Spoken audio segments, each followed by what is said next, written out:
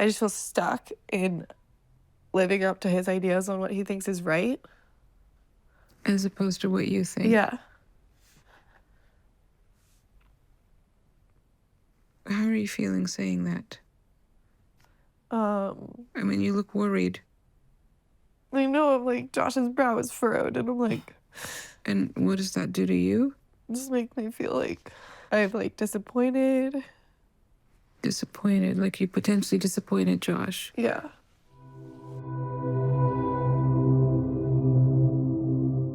How are you? Good. We're better, don't you think? I mean, I feel like we're getting better. And last week, you know, we talked a lot. I want to hear. Well, because, okay, so we are planning a weekend away. It's me, him, and two of our friends. There's a group text. Everyone's going back and forth, and there's no decision making. Mm-hmm. And I just said they're really open to anything, and you know. Yeah, which is great. Everyone's open to anything. Mm-hmm. But we know that Matthew wants a plan. You just have to have a plan. Mm-hmm. For him, yeah. You know, we talked about What do it. you mean for me? No, you want everything planned the entire time we're gone. Yeah, something needs to be decided on. I mean, Wait, but I guess I don't understand where the tension is coming from. what I feel like the true tension is really Yeah. all about is Yeah. the stress of me being with him on a trip with his friends.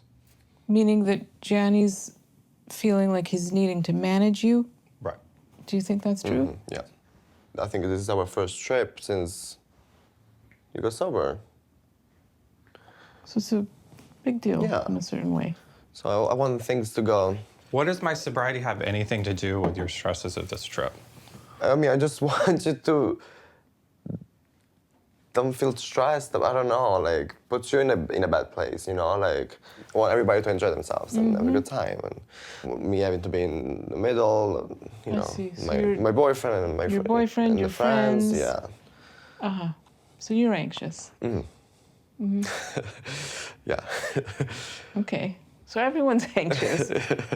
I know, I think it truly is him being anxious, and it's like projecting on me. It's very Well, odd. Gianni's owning his anxiety. He's saying he is anxious. Yeah. Matthew, you're saying that what Gianni keeps projecting onto you is... I guess that I don't bring anything to the table. I don't, you know. What is the thing that you don't bring to the table? I think it's because I'm like not the life of the party anymore. That he has to step around me because Matthew's sensitive and he's sober. It just feels like a lot of pressure on Matthew to be this, you know, this ideal person and that he wants me to be. And I feel like I don't live up to that expectation. Gianni's very focused on your happiness and your well-being. And I can understand that part of that feels like some kind of pressure on you. But what I also see is that you're not experiencing some of it as simple care for you.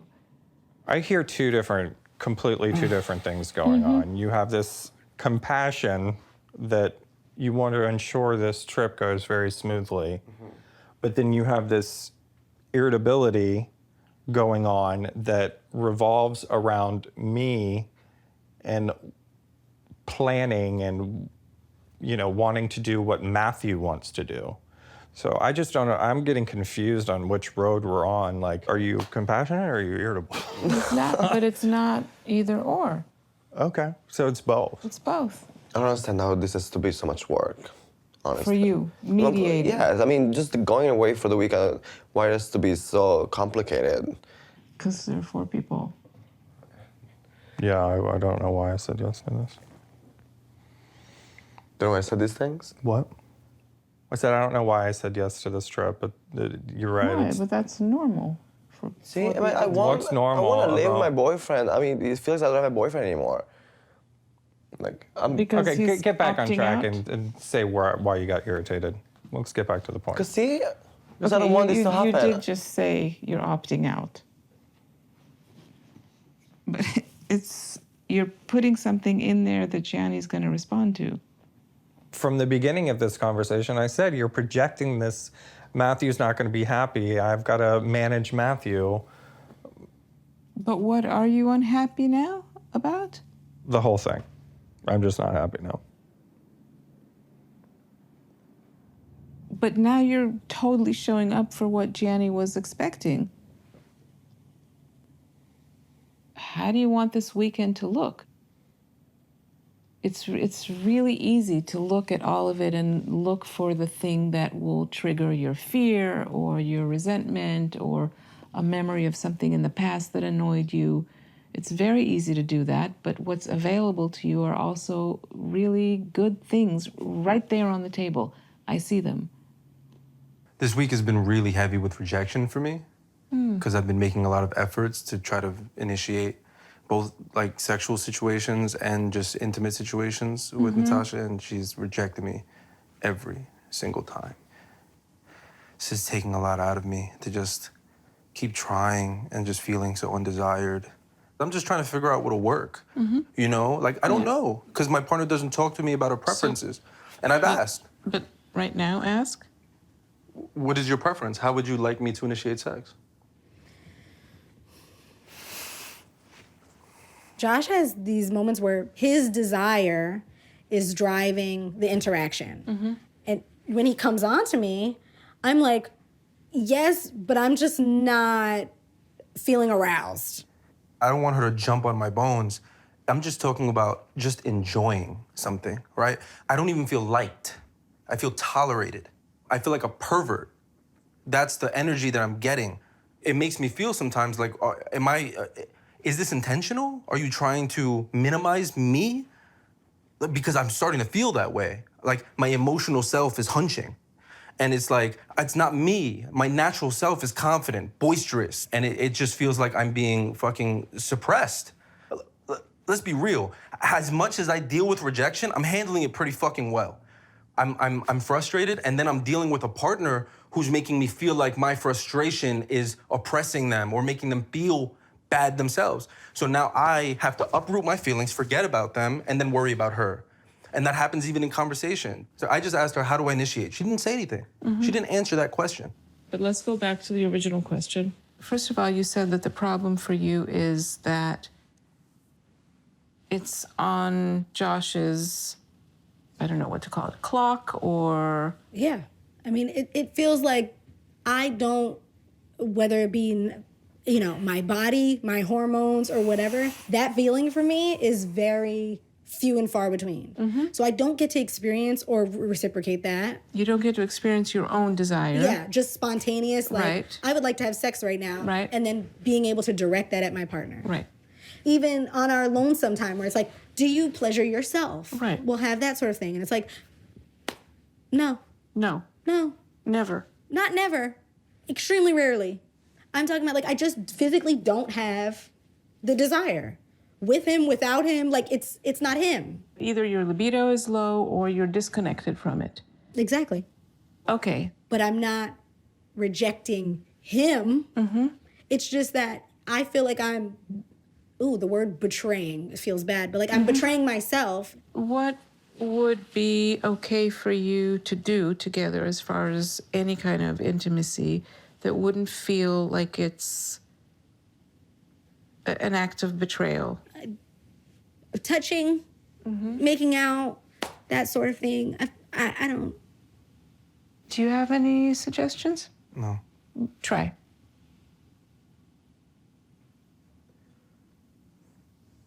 I'm trying not to be frustrated right now. That's what I'm trying to do. Yeah. I think part of what's going on is you're so overwhelmed by the feelings that this is bringing up in you, which I understand, rejection, frustration, and I guess some form of humiliation or feeling bad about yourself, that those feelings get so overwhelming for you that you're not actually grasping what Natasha is saying about her experience. At this moment, no, I'm not gonna lie to you. I'm not. Okay. Well, I heard Natasha say that her own libido feels very elusive to her. Yeah. Okay. So that's part of what you're meeting when you're trying to engage her sexually. Yeah. What I'm asking the two of you to think about is what area can you meet at somewhat in the middle between the two of you? Can we take sex off the table? I have no problem with that. Okay. You know, So it's not been an issue. let's agree to that. And Natasha, your job is to try to find some place within yourself to initiate from, initiate contact, initiate conversation. Okay? Okay. And let's see what happens. Tell me about God. Yeah, to me, it's like everything physical, spiritual, emotional, like it's the very being of who I am. Like there's no me without like being a Christian. Like I don't even know who I am or what I would need to do and why I need to be living if I wasn't a Christian. Almost like a parent, right? He was like my father, the father I never had. And it's like, oh, how can I be good? How can I be seen as like the perfect daughter? And honestly, that was the way I like survived through my childhood. I talked to him, to God all the time. I've cried, prayed, but it's the way I've survived through life. And I'm grateful for that. And do you have anything to tell me about God and your relationship to God and religion and... I was introduced to Christianity by Joey.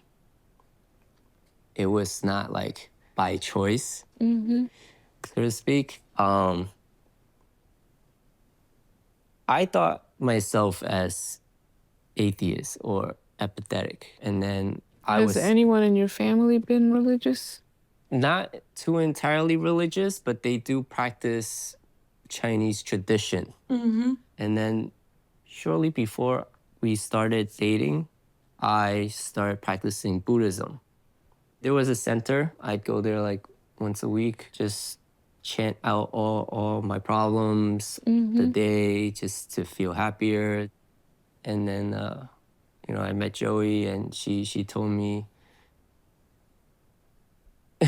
she forced it on me, basically saying that, oh, that's the devil. There's only one true God. You have to change your religion to Christianity. And, you know, slowly but surely, you know, I just convert to Christianity. Any thoughts, Joey? All of the like Buddhist stuff or everything that he's done before was before we were official. He feels like it's forced. I didn't force him. You have a choice. It was a prereq. Right, it's a prereq, but we weren't dating. I told you, like, hey, I want to find a partner who is a Christian, and to me, that's important. So if we're gonna build a life together, yes, we can't coexist having these different values and belief systems. I told her that we could coexist. I failed to see the reason why we couldn't if I was still practicing Buddhism or Chinese tradition. Why couldn't we make it work? Like, she never accepted that, like, because her truth is just God alone. I think what he's referring to is the Chinese tradition called Baisan, which is like every year, most Chinese culture go and they go see like the graves of their ancestors, and they pray, say something, worship, like put stuff there. And I told him like I was uncomfortable with that because if he truly has accepted like Jesus as his savior, how can you believe something else that kind of conflicts with that belief? And I'm starting to feel a certain way, What's a certain way? like a little perturbed because I thought this was already put to bed and I don't know why it's coming up now. Well, it's coming up because I'm asking. Right, but I mean, as in like, it wasn't even an issue, or at least I wasn't aware. It's still an issue. Do you want to say something? Baisan, right? That's just a once a year thing where my family, we just put a bouquet of flowers in front and I say hi, thank you for taking care of me, goodbye, and we leave. And she says that practice is not good. You've said it, the roots were religious, right? So it doesn't matter if you spend 15 minutes and you're not doing the whole shebang, it's still like coming from roots of a religious practice. So to me, it's very black and white. Let's bring in the mothers. So tell me about your mothers on this. Oh, I would say she's probably even more, black and white with things because she's also very traditional. When her mom was around, that's all you hear. You two are going to hell. I'm sure that takes a toll on Joey. I mean, that's terrifying. It's just my whole life, it's been terrifying. So I want to do what, makes my father happy and what would make him proud. Who's gonna tell me what's happening? My last fuck was given last week because he shows up in this room in ways that I've never experienced him. That stops and ends with that door. He left this last session within an hour. Doesn't know why we're doing this. This is a cycle that needs to be broken. I am tired of this constant pain. What is the cycle? This cycle of like, when we are good, we are in this place that all others can only dream about. But it's not a place with a solid foundation because Meaning when you the could- floors crack, it's not like my foot falls and my Yeah. whole body Yeah. goes through. Yeah, which is, as we've discussed, that is to be expected when you come with each of you with like really traumatic histories. So there are really major gaps inside each of you between different modes. The way that I understand stuff is that I attach it to something else that I already know and understand fully. Right. So I think of like phobias, right? Somebody's afraid of heights. They don't want to go on the roller coaster like me. I don't stop everyone else from going on the roller coaster. I have the issue. You all can go have fun, come see me when you come down.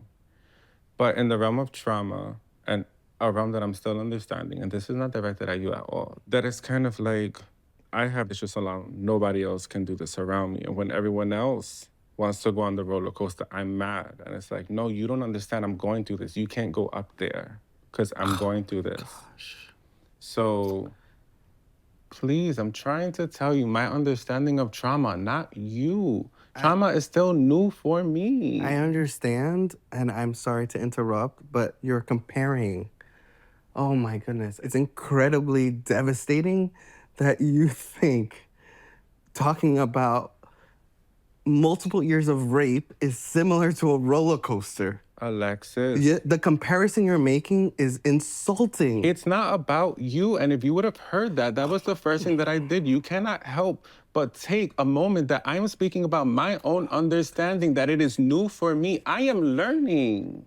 So, but it just can't be said in front of me. I just But can't. then that's a you issue. That has nothing to do with me. You have to control I'm your allowed to have feelings. boundaries. Here's what's going on. Kazimir is trying to tell you something about the process which he's going through to try to be a better partner to you. I understand that you're saying that the comparison is driving you crazy. So let's figure out other ways that the two of you, when you get into this kind of lock, trauma material, blame, you start to feel each other as dangerous. What else can you do to take a time out? Because obviously you're unbelievably capable of thinking through this stuff, not in the heat of the moment. I honestly don't know because, I can tell you. please.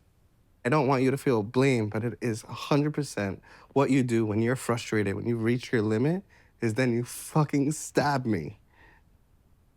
Because you want me to hurt. Because you're hurting, and I get why you're doing it, and it's not that you don't care, it's that that's your defense and protection.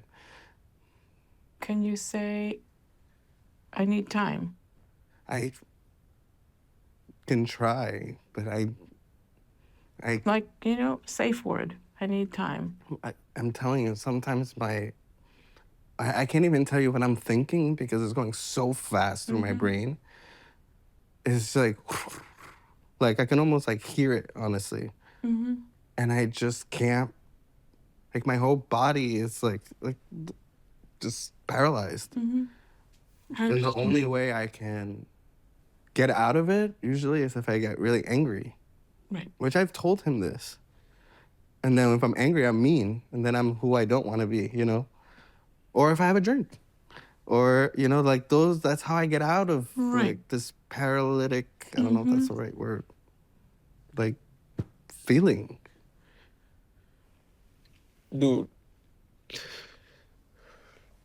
this is hard. And I don't want to leave you. But if we cannot walk together, I will. I've hurt enough. Meaning? I've experienced enough pain in trying to love you, in trying to understand.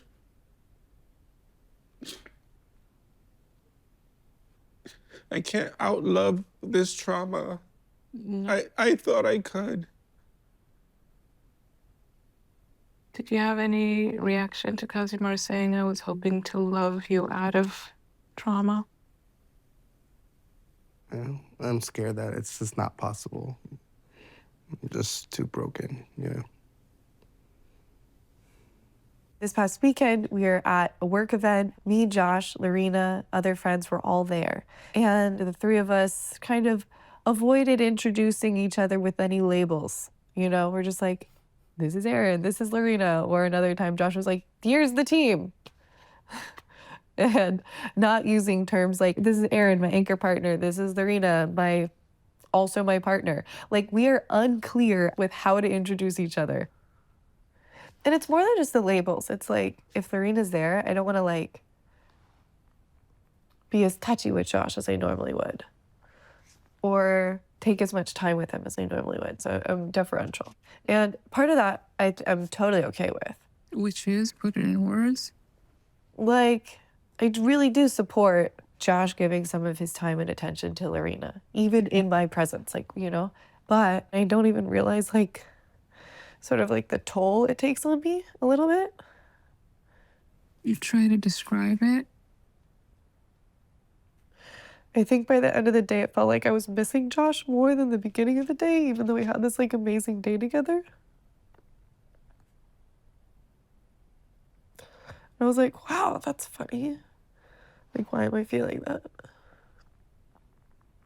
So you're getting information from inside yourself. Wow, I feel like I'm crying an unreasonable amount. Why are you crying so much? Josh had asked a week ago, for me, he's like, hey, I'd love you to think about what are your ideas of how Lorena is integrated into our lives, and if I feel something is coming up against a boundary, would I be willing to just be flexible?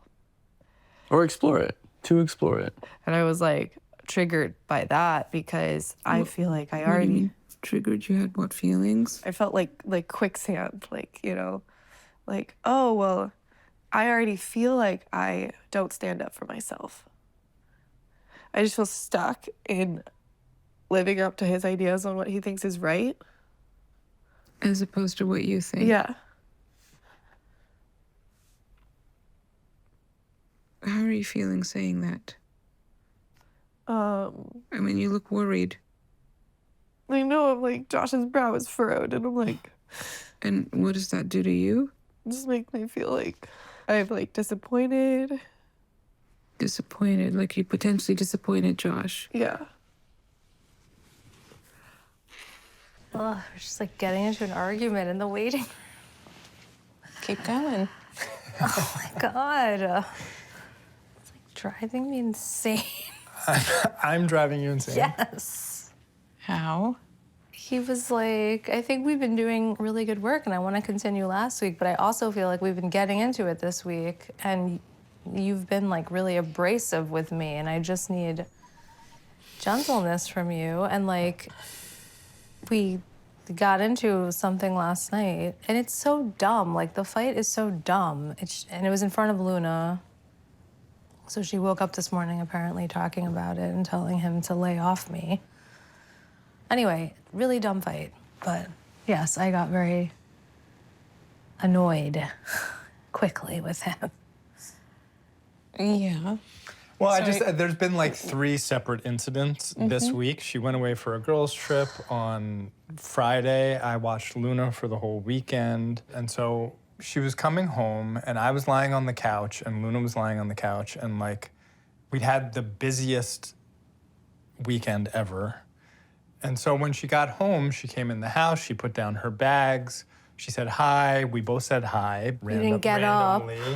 I'm telling the story, I'm gonna say that. So then she went back outside immediately, got more bags, came in.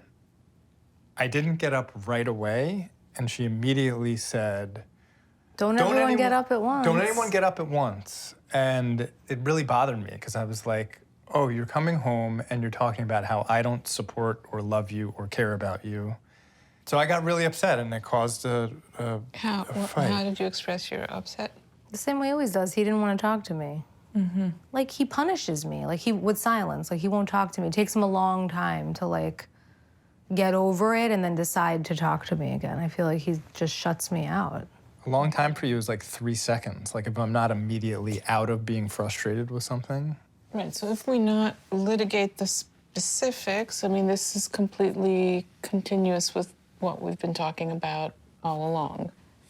Your mode is to lean back and hope that somehow it'll be felt and then feel resentful that it's not coming. Yeah. Yet you're both doing it. I don't know. I guess I just feel like we would embrace when the moment called for it.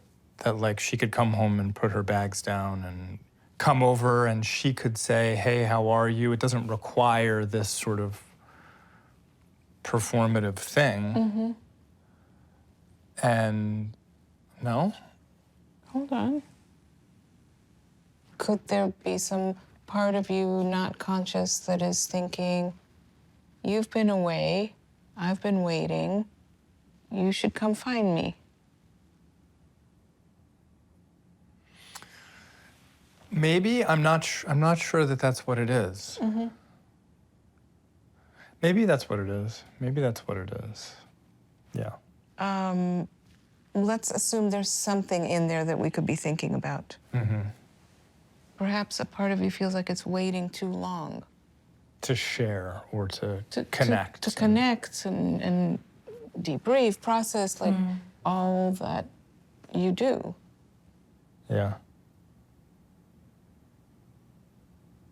These reunion moments are super important after some time of separation. There's something about just going towards each other that is difficult. And it's holding the two of you back. So this seems to me something you can hold in mind and think about how to do differently and have a totally new experience with each other.